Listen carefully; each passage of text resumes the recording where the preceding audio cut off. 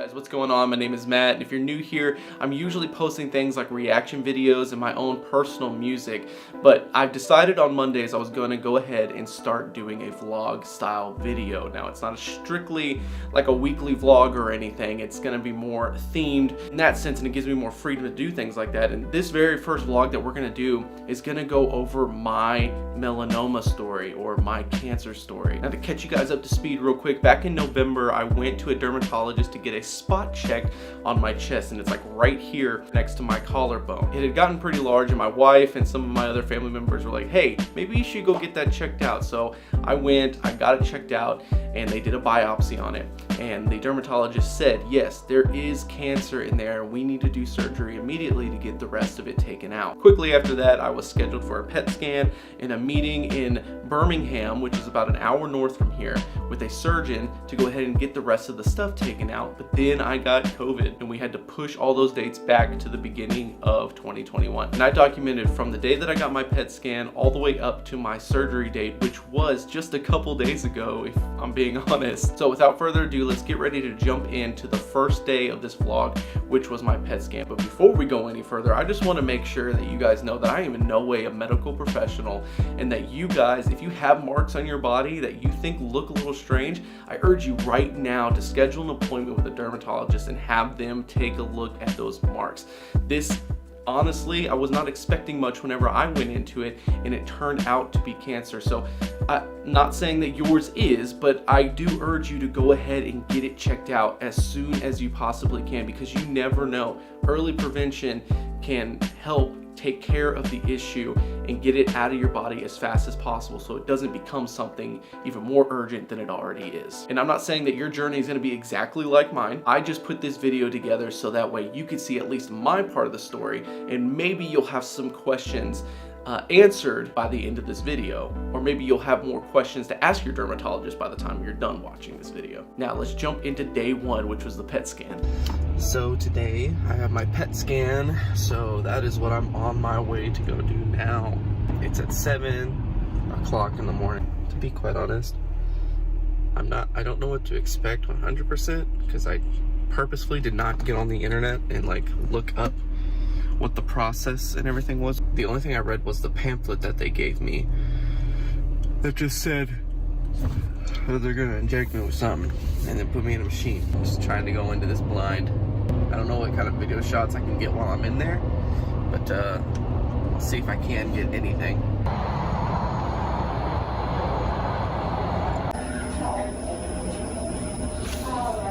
Yo, they're gonna inject me with radioactive sugar.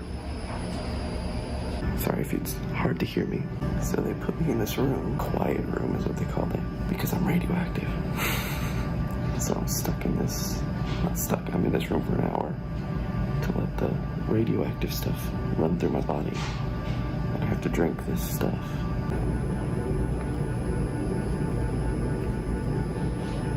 She said it's a contrast water, so it helps them see in my body even more. So interesting. All right, well, that's all done. That was an interesting experience, I'll tell you that. I don't do well with claustrophobia, and I didn't put two and two together that was going to be a thing in the PET scan.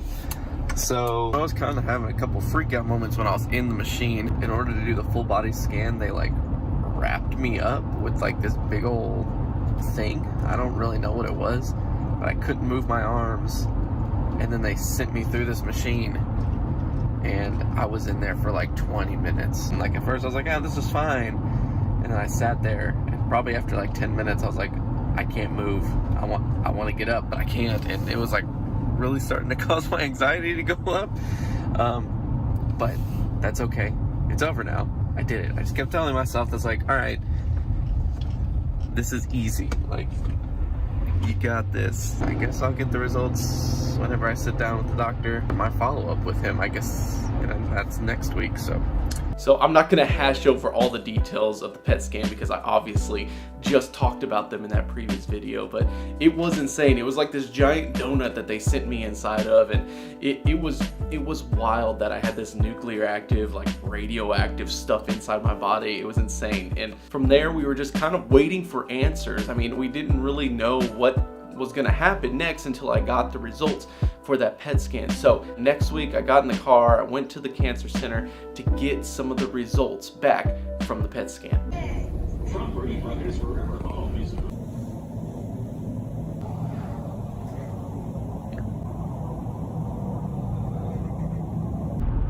Ooh, this lighting is terrible. My goodness gracious.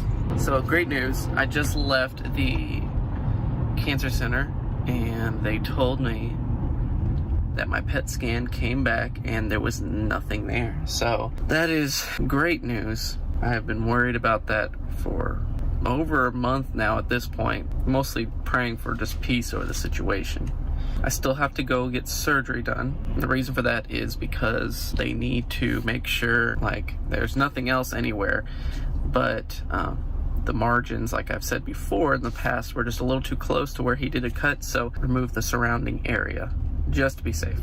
And then we should be done with this. And the only thing I'll have to do is a checkup every 6 months for the next 5 years just to make sure. So, great news. Yeah, I really have nothing else to say besides just updating you guys on the good news. So, thank you everybody else for all your prayers, your support, your good vibes, whatever else that you guys put out into the world, your meditations, whatever it is. Thank you so much. I appreciate you guys for all of your thoughts. Up next, surgery.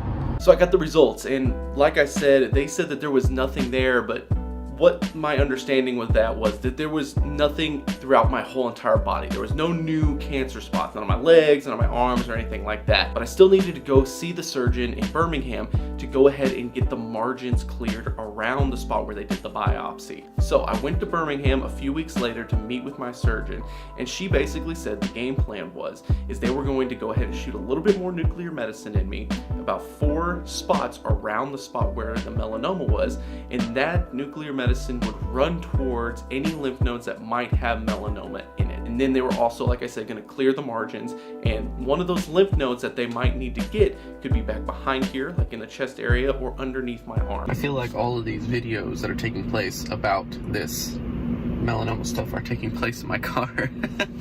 But it's usually because I'm either thinking and talking on my way to things or thinking and talking on my way from them. So today is my scheduled appointment for my pre-op. So basically, what I understand, I'll go in here, they'll do some vital checks, they're going to schedule my surgery and all that. So nothing intense today, just basically checking vitals and getting a game plan, I guess. So that's what's happening today. I am doing 21 days of prayer with Church of the Highlands. So they have a campus near my house in Montgomery. So I've been getting up and going to their prayer service at 6 a.m. at the Montgomery campus, and I told myself I was going to go every day for 21 days during this process. And coming to Birmingham, I thought I was going to miss out on a day. At the beginning of this, I realized, I was like, wait, their main campus is in Birmingham. So I got up at like 4 o'clock this morning, drove up here so that way I could be at the 6 o'clock service at their Grants Mill location. I got to see my friend Jesse, and other than that, he's one of the worship leaders at Church of the Highlands. I met him when he was at Montgomery, and then him and his wife moved to Birmingham to take a couple jobs at the main campus. So it was good to see him. And also I got to miss all the morning traffic. Instead of getting up at a normal time and coming here and getting all the traffic coming into Birmingham, that ensured I was here already at 6 o'clock in the morning, and then my appointment is at 10. So got some breakfast, found my parking spot in the parking deck, and now I'm getting ready to go inside.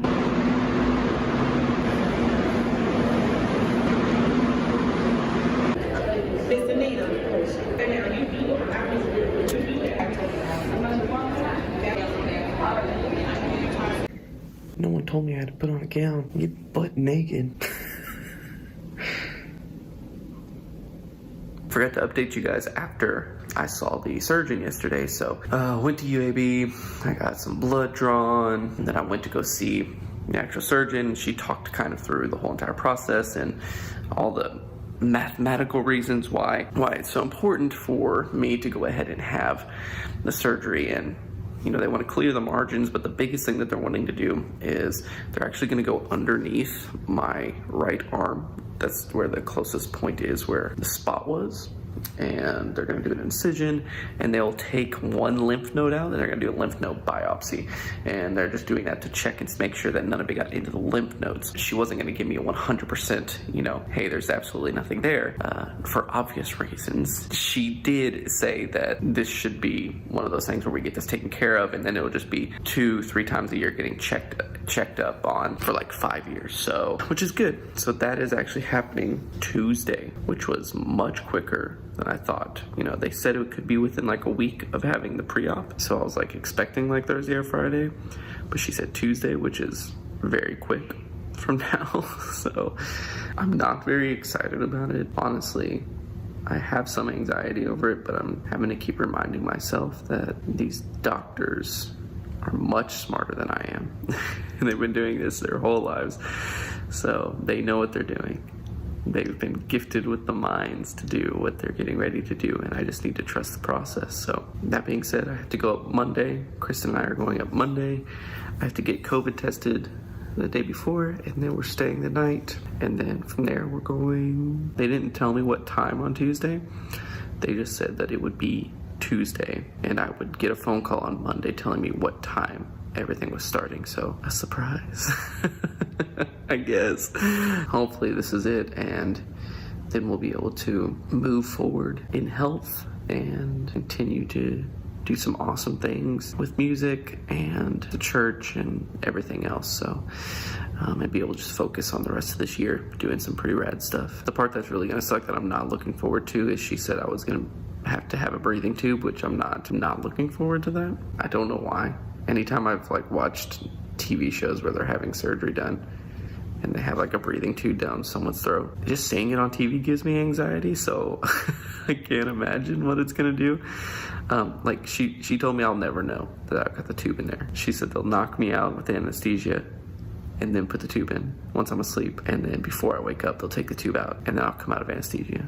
So I'll never know it's there, but still, like, the idea of it being there trips me out 100%. But I guess that's something I don't need to worry about because I literally can't control that at all. And that was the game plan. My surgery was scheduled, she said, on Tuesday, which was much faster than I was expecting. I was expecting at least a week's worth of time to breathe and get my thoughts together, but we were going straight into this head on. And UAB required me to get a COVID scan at their campus before the surgery happened, and that was going to happen on Monday. So they had a deal where we could stay at a hotel that was there next to the hospital for a discounted rate. So Kristen and I went up the day before to get my COVID scan. To set up the room for all the Hiltons themselves. And so I called her today, and she was... And now, as you can see, that was probably like one of the most post-apocalyptic looking scenarios ever. The COVID test was happening in a parking garage, which was completely different than the COVID test that I had originally had. You know, the COVID test that I had originally back in November, December timeframe was at a Quick Care clinic. And honestly, the test wasn't that bad at the clinic. I didn't feel like it went that far into my head or anything like that. But this one was happening in a parking garage. There was hundreds of cars in this garage moving in like this orderly manner. And I'm gonna tell you now, that COVID test was way worse than the COVID test that I got back in November. I honestly felt it like right here, if that makes any sense. It was wild, but she only had to go up through one nostril, but it did not feel good.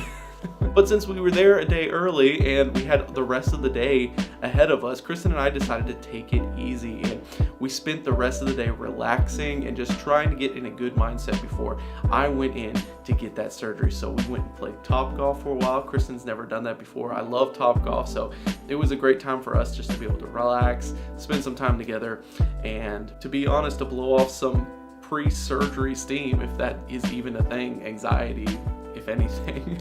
That's all we're gonna see for today's episode. I just wanted to get you guys up to speed from between the time that I got a PET scan all the way up to the day before the surgery, and just to kind of give you guys a framework of what that progression looked like leading up to that point. I'm gonna have another video coming out next week on Monday at 6 o'clock, going from the day that I had surgery up to a couple days of recovery as well. And I hope that you guys stick around to see that. If you want to see it, go ahead and hit the subscribe button and turn on those bell notifications, because that video will be coming out exactly a week from now. I hope that you guys stick around so you can see the remainder of this cancer, this melanoma process. Thank you guys so much. I love you, I appreciate you, and I will see you guys next week.